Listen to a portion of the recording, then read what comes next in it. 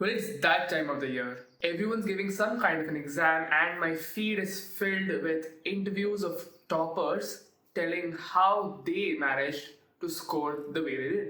In my almost 4.5 years of my teaching career, I have mentored many such aspirants. Some manage to excel amazingly, whereas some struggle. But does anyone fail in life? Not really. So this got me wondering, are competitive exams really that important? To answer that, I put on my journalist hat for a bit and started scouring the internet to look for some answers. Let me show you some data from the past 5 years. If you were to look at the graph of students who are attempting the exam versus how many qualify, you will see some staggering information out there. The number of people who attempt are almost 5 times more than the number who qualify.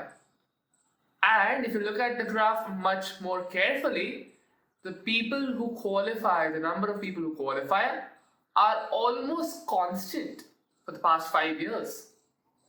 Meaning, the particular creme de la creme is the only set of people who are able to meet that aim, who are able to achieve that goal. So what about the rest? What about the rest of the 9 to 10 lakh people who are not able to qualify, who do not meet those standards? What do? They may look for other opportunities, but now they're left desperate, searching for opportunities, searching for information. Does that feel right? Now imagine if almost all of them go to certain coaching classes where they pay an exorbitant amount of money. For reference, let me pull out another graph. Here I've collected the data from some very well-known institutes around the country. And you can see where their fees for 2 years of their JEE preparation programs lie. And imagine the turnout. How many people actually pay those fees? How many people learn from those places and attempt an exam? And how many people qualify? The conclusion is that most people waste their time and hard-earned money into trying to meet a particular standard that wasn't even set for them. Isn't this crazy? So what is the solution out there? What can someone do when they're trying to face a situation like this? Let's imagine a 10th grader and their life, for that matter. Right now they're giving their board exams. Once they're done with that, they're now faced with the choice of what they want to do for their career out ahead. Will they be wanting to give a competitive exam like the ones we've been discussing right now, or do they want to do something else altogether? Most people find this route of a competitive exam easy because they think it pays. Do you really think it pays? Have you checked the data for the placements recently? Let me pull that graph out for you as well, and you'll be surprised at what you see. So here's a graph with the average package that I've plotted per IIT in the last academic year. You see what's interesting over here. Apart from the extraordinary performance of IIT Guwahati, the median package is around 22.2 lakhs per annum. Sufficient, sure. But how many people are getting placed? Go on the internet and you will see these different articles saying that there are a lot of people who were remaining, around 38%, remaining to be placed in the first and to some extent for some IITs even the third round. That is what is concerning. That is what shows the reality of things. The fact of the matter is simple. You have been led down a wrong dream because this is not something that's meant for everyone. Yes, there are people out there who score great, who achieve amazing success in life in this field. Is that all out there?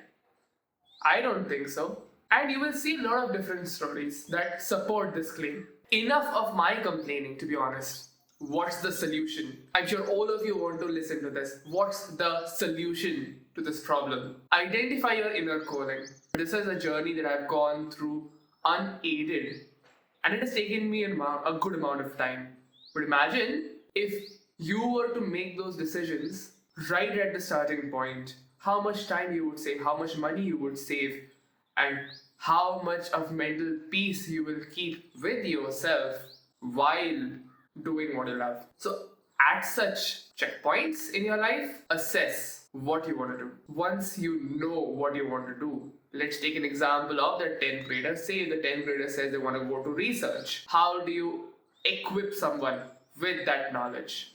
That will be your next target. That is where you simultaneously prepare for all possible avenues through which they can undergo this training. Yes, give JE. It's a very good way to know how prepared you are for such stressful situations. But can you also give some other exams? Are there any other ways to enter into the life that you're dreaming to enter in? Think about that. And you simultaneously prepare for that. A very simple way to go about it is something that we call as reverse planning. And that's something I do with all of my students as well.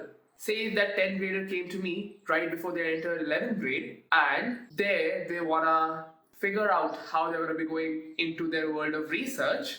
We lay down a rough 2-year plan. Because at the end of the 2 years, we want them to go into a research-based course for their higher education. So what do we target? We can maybe target interests. What are they interested in? Or what interests do they want to develop? We supplement that with the right knowledge. For research, the biggest skill you require is critical thinking. So we develop critical thinking by introducing that into the curriculum. The next important skill that you need is reasoning. We introduce the concept of reasoning as well into the curriculum. Build up those concepts, build up those exercises, build up those skills, because that allows the student to simultaneously prepare for all possible avenues. That helps the student become a learner. So, simple moral of the story, if you relate to being a kind of student who's not really fitting into this mold of engineering or medical, you have the power to actually dictate your life. The simplest step to begin with all of that is to identify your calling and let the plan do its job.